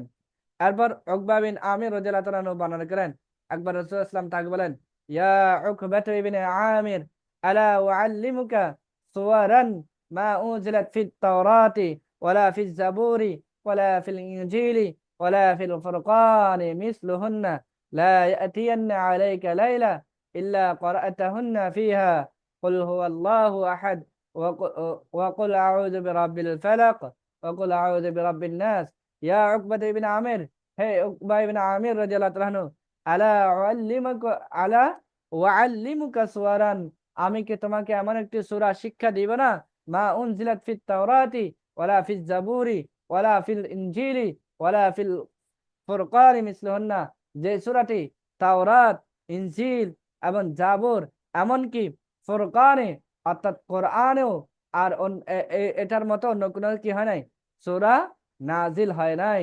লা ইয়াতিয়ান্না আলাইকা লাইলা, আর প্রতি রাতে তুমি অবশ্যই অবশ্যই ইল্লা করাতাহুন্না ফিহা, অবশ্যই অবশ্যই তুমি প্রতি রাতে এই সূরাগুলো অবশ্যই পড়বে। সেটা হচ্ছে কি সূরা ইখলাস, সূরা ফালাক এবং সূরা নাস। এরপর আসি সূরা নাস, সর্বশেষ সূরা, মাক্কি সূরা, আয়াত সংখ্যা হলো আপনার 6টি। এটা হলো আন-নাস, মানুষ। কুল আউযু বিরাব্বিন নাস, বলুন আমি আশ্রয় চাই মানুষের রবের কাছে। তারপর হচ্ছে এ নাস কেন বলা হয় থেকে মানুষ, কারণ শব্দটি আপনার এই সূরার মধ্যে আন-নাস শব্দটি বারবার এসেছেন, এই জন্য সূরাতুন নাস বলা হয় থাকে। কুল আউযু বিরাব্বিন নাস, কারণ এই আয়াতটি দিয়ে আল্লাহ রাব্বুল আলামিন সূরাটি শুরু করেছেন। এই সূরার কেন্দ্রীয় বিষয়বস্তু হলো দিন বিধ্বংসী বস্তুকে আল্লাহ রাব্বুল আলামিনের কাছে আশ্রয় প্রার্থনা করা। সূরা ফালাকে আল্লাহ রাব্বুল আলামিন একটি মাত্র সিফাত, একটি মাত্র গুণ উল্লেখ করার মাধ্যমে 4টি অনিষ্ট থেকে আশ্রয় প্রার্থনা করা হয়েছে। আর পক্ষান্তরে সূরা নাসের মধ্যে আল্লাহ তাআলা 3টি সিফাত উল্লেখ করার মাধ্যমে একটি অনিষ্ট থেকে আশ্রয় প্রার্থনা করা হয়েছে। কারণ দুনিয়ার মুসিবত যতই আসুক না কেন, যতই মুসিবত হোক, সেটা ছোট হোক বা বড় হোক, আখিরাতের মুসিবত যতই কম হোক, সেটা কিন্তু কি হবে, সবচেয়ে বেশি বড় হলো আখিরাতের মুসিবত। এরপর রাসূল সাল্লাল্লাহু আলাইহি ওয়াসাল্লাম উকবা ইবনে আমির রাদিয়াল্লাহু তাআলাকে বলেন, তুমি সলাতে সূরা নাস এবং সূরা ফালাক পড়ো, কারণ এই দুই সূরার মাধ্যমে আশ্রয় প্রার্থীর মতো কোনো আশ্রয় প্রার্থনা করেনি। আর বলছে কুল আউযু বিরাব্বিন নাস, মালিকিন নাস, ইলাহিন নাস, বলুন যে আমি আশ্রয় চাই মানুষের রবের কাছে, উম, মানুষের অধিপতির কাছে, ইলাহিন নাস, মানুষের ইলাহের কাছে। তো আল্লাহ তাআলা প্রথম উল্লেখ করেছেন আর রব, এটা এই সিফাতটি উল্লেখ করেছেন। তারপর মালিক, অধিপতি সিফাতটি উল্লেখ করেছেন। তারপর ইলাহ সিফাতটি উল্লেখ করেছেন। এভাবে উল্লেখ করার কারণটা কি? উত্তর হলো এই সিফাতগুলোকে ক্রম উন্নতি কি হয়েছে, ক্রমধারা বিন্যাস করা হয়েছে, ধারাবাহিকভাবে এই সিফাতটি আনা হয়েছে। রব সিফাতটি হচ্ছে মানুষের জন্য প্রচুর ব্যবহার করা হয়। ফুলান রব্বুদ্দার, মানে অবমুক্ত আছে ঘরের মালিক, যেটা আর রব সিফাতটি ব্যবহার ব্যাপক, তাই সেটি দিয়ে কি করা হয়েছে, শুরু হয়েছে প্রথমত। দ্বিতীয় সিফাতটি কেবল মানুষের মধ্যে থেকে বিশেষ এক শ্রেণীর মানুষের জন্য ব্যবহার করা হয়। আর তারা হলো যে মালিক, শাসক সম্প্রদায়, বাদশারা সাধারণ মানুষের চেয়ে উঁচু স্তরের হয়। তাই রব সিফাতটির পর মালিক সিফাতটি এসেছে। আল ইলাহ সিফাতটি মালিক সিফাতের চেয়ে উঁচু স্তরের। বাচ্চারা কোনোভাবে ইলাহ স্তরে পৌঁছতে পারে না, কারণ ইলাহ হলো অদ্বিতীয় এক সত্তা, তার কোনো কি নাই, শরীক নাই। তাই আপনার হচ্ছে সবার শেষে এই সিফাতটি কি করা আছে, আনা হয়েছে। তো এই হলো আমাদের আজকের ক্লাস। তো আপনার হচ্ছে আমাদের এখানে আলহামদুলিল্লাহ আমরা দ্বিতীয় রমাদান থেকে শুরু করে আপনার আজকের 21শে রমাদান পর্যন্ত 22শে রমাদানের জন্য আমরা প্রস্তুতি নিব। যে আপনার আল্লাহ রাব্বুল আলামিন যে আমাদেরকে সূরা ফাতিহা থেকে সূরাতুন নাস পর্যন্ত তাদাব্বুর করার, যে পড়ার, চিন্তা করার তৌফিক দান করেছেন। এজন্য আমরা সবাই বলি ক্লাসের শেষে আল্লাহ রাব্বুল আলামিন যে নিয়ামত দান করেছেন, সে নিয়ামতের শুকরিয়াতে আলহামদুলিল্লাহ বলি। এবং এই এবং সেই সাথে আমরা আল্লাহ তাআলার কাছে ক্ষমা প্রার্থনা করি যে আমাদের পড়াশোনার মধ্যে, জানার মধ্যে যদি কোনো ধরনের যদি ভুল ত্রুটি থাকে, সেটার জন্য আল্লাহ রাব্বুল আলামিন আমাদেরকে ক্ষমা প্রার্থনা করেন। সেটার জন্য আমরা আল্লাহ তাআলার কাছে সবসময় আশ্রয় প্রার্থনা করব। এবং আল্লাহ তাআলার কাছে আমরা সবসময় নুসরত চাইবো, সাহায্য প্রার্থনা করব আল্লাহ রাব্বুল আলামিনের কাছে, যেন আমরা এই যে যে আজকে প্রায় 20 দিন ধরে যে আমরা যে 20 দিন যে এই আল্লাহর কোরআনের সাথে থাকার জন্য তৌফিক দান করেছেন, এবং তৌফিক দান করেছেন সে ইয়া অনুযায়ী, আমল অনুযায়ী চলার জন্য তৌফিক দান করে থাকেন। এবং সব সময় আমরা আল্লাহর কাছে দোয়া করবো ইস্তেকামাত থাকার জন্য। তো ক্লাসের শেষে আপনার যে একটা চমক আছে বলা হয়েছে, সেই চমকের ব্যাপারে একটা ঘোষণা দিই। আমাদের ক্লাস কিন্তু মুখতাসারুল কোরআন ক্লাস আজকে শেষ হলো, কিন্তু মূল আরো একটি সেশন চলবে ইনশাল্লাহ। আরো 4-5 দিন একটা সেশন চলবে। সেই সেশনের নাম হচ্ছে পবিত্র আল কোরআনুল কারীমের, যে পবিত্র আল কোরআনুল কারীমের নিষিদ্ধ বিষয়সমূহ। আল কোরআনে বর্ণিত আল্লাহ রাব্বুল আলামিন যেসব কাজগুলো করার জন্য নিষেধ করে দিয়েছেন, সেই সব বিষয় নিয়ে আগামীকাল থেকে রাত 10টায় আপনার হচ্ছে ক্লাস চলবে ইনশাল্লাহ। ঠিক আছে। আর আপনাদের কাছে অনুরোধ রাখবো, আপনারা এই তাদাব্বুল কোরআন, এই কোরআনটাকে একটু আঁকড়ে ধরবেন। কোরআন কখনো ছাড়বেন না। যদি এটা হচ্ছে আল্লাহ রাব্বুল আলামিনের সর্বশ্রেষ্ঠ নিয়ামত, এই কোরআনকে কখনো ছাড়বেন না। হ্যাঁ, এবং আমরা একে অপরের জন্য দোয়া করবো যেন কোরআনকে ধরে রাখতে পারি, আঁকড়ে ধরে রাখতে পারি, কোরআন অনুযায়ী আমল করতে পারি। তো আপনাদের জন্য যে চমক, তাহলে 2 নম্বর চমক হলো, 1 নম্বর চমক কি, আগামীকাল থেকে ঠিক রাত 10টায় আল কোরআনে বর্ণিত যে নিষিদ্ধ বিষয়সমূহ নিয়ে আলোচনা হবে। এরপর আরেকটা দ্বিতীয় চমক হলো, রমাদানের পরে, রমাদানের পরে আমরা হচ্ছে যদি আল্লাহ তাআলা আমাদেরকে তৌফিক দান করে থাকেন, হায়াতে প্রাণে যদি বাঁচিয়ে রাখেন, আগামী রমাদানের আগে পর্যন্ত 1 বছর, এখন রমাদান শেষ, আগামী রমাদানের আগ পর্যন্ত আমরা একটা চ্যালেঞ্জিং নিব। সেটা হচ্ছে কি, সূরা ফাতিহা থেকে সূরাতুন নাস পর্যন্ত শব্দ শব্দ কোরআনের অনুবাদ শিখা, এবং এই শব্দ শব্দ কোরআনের অনুবাদ শিখা, শব্দ শব্দ কোরআনের আয়াতের মেসেজ কি, এবং আয়াতের শান নুজুল কি, আয়াতের প্রেক্ষাপটটা কি, আয়াতের শিক্ষা কি, অর্থ কি, ইত্যাদি নিয়ে পুরো 1 বছর চ্যালেঞ্জিং একটা কোর্স শুরু করবো ইনশাল্লাহ, যদি আল্লাহ তাআলা তৌফিক দান করে থাকেন এবং হায়াতে ফারানা আমাদেরকে বাঁচিয়ে রাখেন। সুতরাং আমি আপনাদেরকে একটা রিকোয়েস্ট রাখবো, সেটা হচ্ছে কি, সেটা হলো যে আসুন, যে মাত্র আমাদের যে দৈনিক যে 24 ঘন্টা, সেই 24 ঘন্টা মধ্যে থেকে আমরা আল্লাহর জন্য ডেইলি 2 ঘন্টা বাজেট রাখি। কোরআনের জন্য 2 ঘন্টা বাজেট রাখি। কয় ঘন্টা? 2 ঘন্টা। 2 ঘন্টা যদি সম্ভব না হয়, আপনার একটা ঘন্টা বাজেট বাজেট করি আমরা, এখন থেকে নিয়ত করে ফেলি, পাক্কা নিয়ত করে ফেলি যে আমি রমাদানের পরে কোরআনের জন্য দৈনিক 1 ঘন্টা সময় ব্যয় করব, কোরআনের জন্য সময় ব্যয় করব। কারণ আপনার হচ্ছে এই যে শাহরু রমাদান আল্লাযী উনজিলা ফীহিল কোরআন, এই কোরআন হচ্ছে কি রমজান মাসে নাজিল হয়েছে, আর এই কোরআনের মধ্যে হেদায়েত রয়েছে। আপনি যত বেশি কোরআনকে জানবেন, তত আপনার ঈমান আমল কি হবে? শুদ্ধ হবে, আপনার অন্তর শুদ্ধ হবে, আল্লাহর প্রতি ভয় থাকবে, এবং খারাপ কাজ থেকে দূরে রাখবে। এখন আসলে আমরা কোরআনের প্রতি গাফিল হয়ে যাওয়ার কারণে আমাদের সমস্ত এখন ধ্বংসের পথে যাচ্ছে। কোরআনকে যদি আমরা আঁকড়ে ধরতাম, তাহলে আজকের সমাজের মধ্যে যে বিশৃঙ্খলা, যে বিপর্যয় আছে, সেই বিপর্যয়গুলো আমাদেরকে দেখতে হতো না।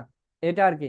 সুতরাং আমি আর বেশি কিছু বলবো না। সেটা হচ্ছে এ, আপনার আপনাদের কাছে আমি রিকোয়েস্ট রাখবো, রিকোয়েস্ট করব, সেটা হচ্ছে আপনারা নিজেরাও আমার এই কোর্সের মধ্যে ভর্তি হবেন, এবং অপরকেও দাওয়াত দিবেন, কোরআনের দাওয়াত দিবেন। সেটা হচ্ছে কি, আপনি যদি একজন মানুষ যখন মৃত্যুবরণ করবে, মৃত্যুবরণ করার সাথে সাথে সেই মানুষের পিছনে তিনটা জিনিস দৌড়ে, পিছনে পিছনে দৌড়ায়। সেটা হচ্ছে কি, 1 নম্বর সম্পদ, 2 নম্বর সন্তান সন্ততি, 3 নম্বর হচ্ছে আমল সালেহ, ভালো কাজ। কিন্তু এই 3টা সম্পদ ততক্ষণ পর্যন্ত ওই মানুষের পিছনে পিছনে দৌড়াবে, যখনই আপনার ওই মানুষটাকে যখন কবরের ভিতরে যখন দিয়ে দেওয়া হবে, কবরে যখন রাখা হবে, তখন সম্পদ এবং সন্তান সন্ততি, পরিবার পরিজন, আত্মীয় স্বজন সবাই কিন্তু পালিয়ে আসবে, কিন্তু আপনার সঙ্গে হবে আমল। সুতরাং আপনি যদি আমার এই কোরআনের দাওয়াতটা যদি অন্যের কাছে যদি পৌঁছে দেন, এটাও একটা আমল। এটা হচ্ছে কি, সদকা জারি হবে আপনার দাওয়াতের মাধ্যমে। একজন মানুষ যদি একটা কোরআনের আয়াত অনুবাদ শিখে, সে জব সে যে সবটা পাবে, সে সবটা কিন্তু আপনি আজীবন পাবেন। একটা বিষয় আমরা একটু চিন্তা করে দেখি, আজকে আমার নাম রয়েছেন, আমার নাম নূর মোহাম্মদ, আপনার নাম হচ্ছে কি রহিম, আপনার নাম হচ্ছে করিম, এভাবে সবার নাম আছে। যখন আমি যখন মারা যাব, তখন কিন্তু আমার নাম আর থাকবে না। কেউ বলবে না নূর মোহাম্মদকে নিয়ে আসো, যে রহিমকে নিয়ে আসো। কিন্তু সবাই বলবে কি, এটা বলবে না, কি বলবে, লাশটা নিয়ে আসো, তাড়াতাড়ি দাফন করে ফেলি। লাশটা কিন্তু একদিন এসে বেশিও রাখবে না। বুঝতে পারছেন? যাদের টাকা পয়সা আছে তারা হয়তো কারোর জন্য অপেক্ষা করতে, হয়তো এসি ফ্রিজের মধ্যে, হয়তো ফ্রিজের মধ্যে 1 দিন 3 দিন 4 দিন এরকম রাখবে, কিন্তু আজীবনের জন্য সংরক্ষণ করে রাখবে না। যতই এখন মানুষ আপনার জন্য দুনিয়া বাঁচে থাকতে কি করতেন, কত কষ্ট করে ধন সম্পদ সবকিছু জোগাড় করে দিয়েছেন, কিন্তু আপনি সে মানুষটা যখন মারা যায়, তখন কিন্তু আর রাখা হয় না। তাকে কিছুদিন রাখলো, কবরের মধ্যে দিয়ে দেয়। এবং এমন আছে যদি রাখার প্রয়োজন না হয়, বলে যে এই লাশটাকে তাড়াতাড়ি তাড়াতাড়ি দাফন করা, যত তাড়াতাড়ি দাফন করা তত উত্তম বেশি। বুঝছেন? তখন কিন্তু নামও পরিবর্তন হয়ে যায়। সুতরাং এক্ষণিকের দুনিয়ায় আজ আছে কাল নাই। আপনার আশেপাশের মানুষগুলো একটু চিন্তা করে দেখেন তো, যে মানুষের সাথে আপনি গত বছর উঠা বসা করেছেন, সেই মানুষগুলো সুস্থ আছে কিনা, সেই মানুষগুলো এখন বেঁচে আছে কিনা। আবার তাদের সাথে একটু নিজেদেরকে একটু তুলনা করুন তো। সুতরাং ক্ষণস্থায়ী জীবন, এটা হচ্ছে আপনার, এটা আমাদের স্থায়ী জীবন না। দুনিয়াটা তো আমাদের স্থায়ী না। মারা গেলে নাম পর্যন্ত পরিবর্তন হয়ে যায়। তার মানে বুঝেন তো, আপনার হচ্ছে সম্পদ, যে সম্পদের পিছনে দৌড়াচ্ছি, সেই সম্পদ আমার মৃত্যুর পরে কোনো কাজে আসবে না। যে সন্তানের জন্য আমি কাজ করে যাচ্ছি, কষ্ট করে যাচ্ছি, সেই সন্তানও কিন্তু আমার সাথে কবরে যাবে না। সুতরাং আমি কিসের জন্য করতেছি? তো সুতরাং আমি আপনাদের কাছে হাত জোর করে রিকোয়েস্ট করব, আপনারা অন্তর্পক্ষে আমার কোর্সে ভর্তি হন না হন, কিন্তু কোরআনের সাথে লেগে থাকবেন। এখন আসি আমার এই কোর্সটা আমি কিভাবে সাজাচ্ছি, আপনাদেরকে জাস্ট একটু করে হিন্টস দিব। আমি সবসময় চাই একটু খুব সহজে যাতে মানুষের কাছে দাওয়াতটুকু আমার কোর্সগুলো যাতে পৌঁছে দিতে পারি, সেজন্য আমি একটু ভিন্ন পদ্ধতিতে একটু ট্রাই করি। সেটা হচ্ছে, যেমন একজন দেখেন, আল্লাহ রাব্বুল আলামিন যে এই কোরআনের মধ্যে 30 পারা দিয়েছেন না? সেই 30 পারার মধ্যে প্রতিটি পারায় কোন পারার মধ্যে কতটি নতুন শব্দ রয়েছে, সেটা কিন্তু এখানে ভাগ ভাগ করে দেওয়া হয়েছে। যেমন প্রথম পারার মধ্যে নতুন শব্দ রয়েছে কত? 1011টি নতুন শব্দ। আবার আসি দেখেন, 24তম পারার মধ্যে নতুন শব্দ আছে 184টি। আবার 30তম পারার মধ্যে নতুন শব্দ আছে কয়টি? 403টি। এইভাবে পারাভিত্তিক নতুন নতুন শব্দার্থ, এটা একটা ছক। এরপর আসি আবার সূরা ভিত্তিক নতুন শব্দ। কোন সূরায়, এখানে দেখেন, আমরা তো জানি কোরআনের মধ্যে প্রায় 78,000 শব্দ রয়েছে, এটা তো আমরা জানি না? এখন 78,000 শব্দগুলোর মধ্যে শব্দগুলো পুনরাবৃত্তি হয়েছেন, একই শব্দ বারবার বারবার এসেছেন। সেই হিসেবে আমি এখানে ইয়া করেছি, সেটা হচ্ছে কি, এখানে নোট করেছি, সেটা হচ্ছে কি, যে শব্দগুলো একেবারে নতুন, সেই শব্দগুলো এখানে ইনক্লুড করা। তো এখানে সূরা ভিত্তিক, সূরা ফাতিহা থেকে সূরা নাস পর্যন্ত সবচেয়ে বেশি কোন কোন সূরার মধ্যে ব্যবহৃত হয়েছে? যেমন সবচেয়ে বেশি নতুন শব্দ এসেছেন সূরা বাকারার মধ্যে, 1781টি শব্দ আসছে সূরা বাকারার মধ্যে। 1781টি সবচেয়ে বেশি শব্দ, নতুন শব্দ সূরা বাকারার মধ্যে রয়েছে। আর অন্যান্য সূরার মধ্যে খুবই অল্প, খুবই অল্প শব্দার্থ এভাবে ইনক্লুড করা হয়েছে, সূরা ভিত্তিক শব্দার্থ। এরপর আসি আবার রুকু ভিত্তিক। আমরা জানি সূরা পবিত্র কোরআনুল কারীমের পুরো কোরআনের মধ্যে আপনার রুকু সংখ্যা রয়েছে কয়টি? আপনার হচ্ছে 540টি। এই সেই 540-এর মধ্যে কোন রুকুর মধ্যে কতটি নতুন শব্দ রয়েছে, সেভাবে কিন্তু এখানে বন্টন করা দেওয়া হয়েছে। যেমন প্রথম রুকু, প্রথম পারার প্রথম রুকুতে 43টি নতুন শব্দ, আবার দশম পারার প্রথম রুকুতে 11টি নতুন শব্দ।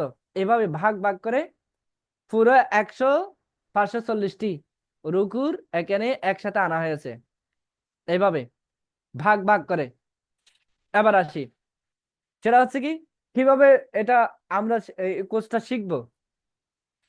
সেটা হচ্ছে কি, প্রথমত প্রতিটি সূরার মধ্যে যেটা নতুন নতুন শব্দ রয়েছে, সেই নতুন শব্দগুলো আমরা শিখে ফেলবো, মুখস্থ করে ফেলবো। মুখস্থ করার মাধ্যমে আমরা হচ্ছে কোরআনের আয়াতের তরজমা শিখবো, অনুবাদ শিখবো। তাহলে নতুন শব্দ যদি আগে আমরা শিখে ফেলি, তাহলে কোরআনের আয়াতের অনুবাদ করতে কোনো সমস্যা হবে না। এবং এখানে শব্দ শিখবো, শব্দের অর্থ শিখবো। এবং এখানে আমি চিন্তা করছি পাশাপাশি ইংলিশ অর্থ অ্যাড করার জন্য, বাংলার পাশাপাশি ইংলিশ অর্থ অ্যাড করার জন্য চিন্তা ভাবনা করতেছি, যদিও বা এটা একটু সময় সাপেক্ষ ব্যাপার।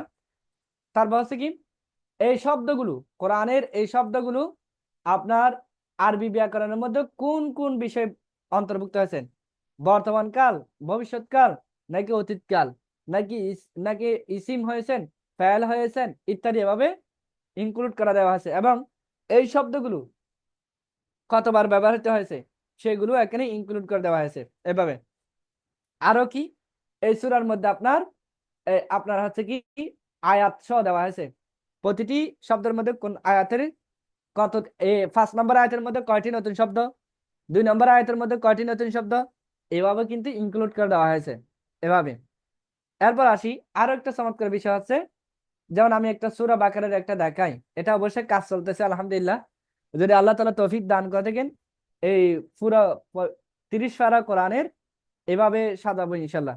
পুরো 30 পারা কোরআনের শব্দার্থগুলো এভাবে সাজাবো, যাতে একজন মানুষ খুব সহজে যেন কোরআনের অর্থ বুঝতে পারে এবং সহজে আয়ত্ত করতে পারে। যেমন দেখেন, এটা হচ্ছে সূরা বাকারা, এরপর থেকে সূরা বাকারা। এখন আসি সূরা বাকারার মধ্যে, এখানে আসবে প্রথম রুকু, প্রথম পারার প্রথম রুকু। আবার এখানে আয়াত সংখ্যা কত? 1 থেকে 7। এই 1 থেকে 7 আয়াতের মধ্যে আপনার টোটাল 43টি নতুন শব্দ ব্যবহার এসেছে। টোটাল কয়টি? 43টি নতুন শব্দ এভাবে এখানে ইনক্লুড করে দেওয়া হয়েছে, এইভাবে সবগুলো। তো দোয়া করেন যেন আল্লাহ রাব্বুল আলামিন এরকম একটা খেদমত করার জন্য আল্লাহ তাআলা আমাকে যেন সুস্থতা রাখেন, তৌফিক দান করে থাকেন, এবং আপনাদের খেদমতে যেন হাজির করতে পারি। এজন্য আপনারা অবশ্যই অবশ্যই দোয়া করবেন ইনশাআল্লাহ। তাহলে আমরা আজকে মুখতাসারুল কোরআনের যে সমাপ্তি ক্লাসে আপনাদের সবাইকে যে কোরআনের দাওয়াত দেওয়ার মাধ্যমে এবং দোয়ার মাধ্যমে আপনাদের কাছ থেকে বিদায় নিলাম। এবং আগামীকাল ক্লাসে আমাদের ইনশাআল্লাহ যে আপনার আল কোরআনে বর্ণিত নিষেধাজ্ঞা সমূহ নিয়ে আলোচনা করবে ইনশাআল্লাহ। আপনাদের সেই ক্লাসেও আপনাদেরকে দাওয়াত থাকবে ইনশাআল্লাহ। তো আমরা তাহলে আজকের ক্লাসটা এখানে সমাপ্ত ঘোষণা করলাম। সুবহানাকাল্লাহুম্মা ওয়া বিহামদিকা নাশহাদু আল লা ইলাহা ইল্লা আনতা নাস্তাগফিরুকা ওয়া নাতুবু ইলাইক ওয়া মা আলাইনা ইল্লাল বালাগ। আসসালামু আলাইকুম ওয়া রাহমাতুল্লাহি ওয়া বারাকাতুহু।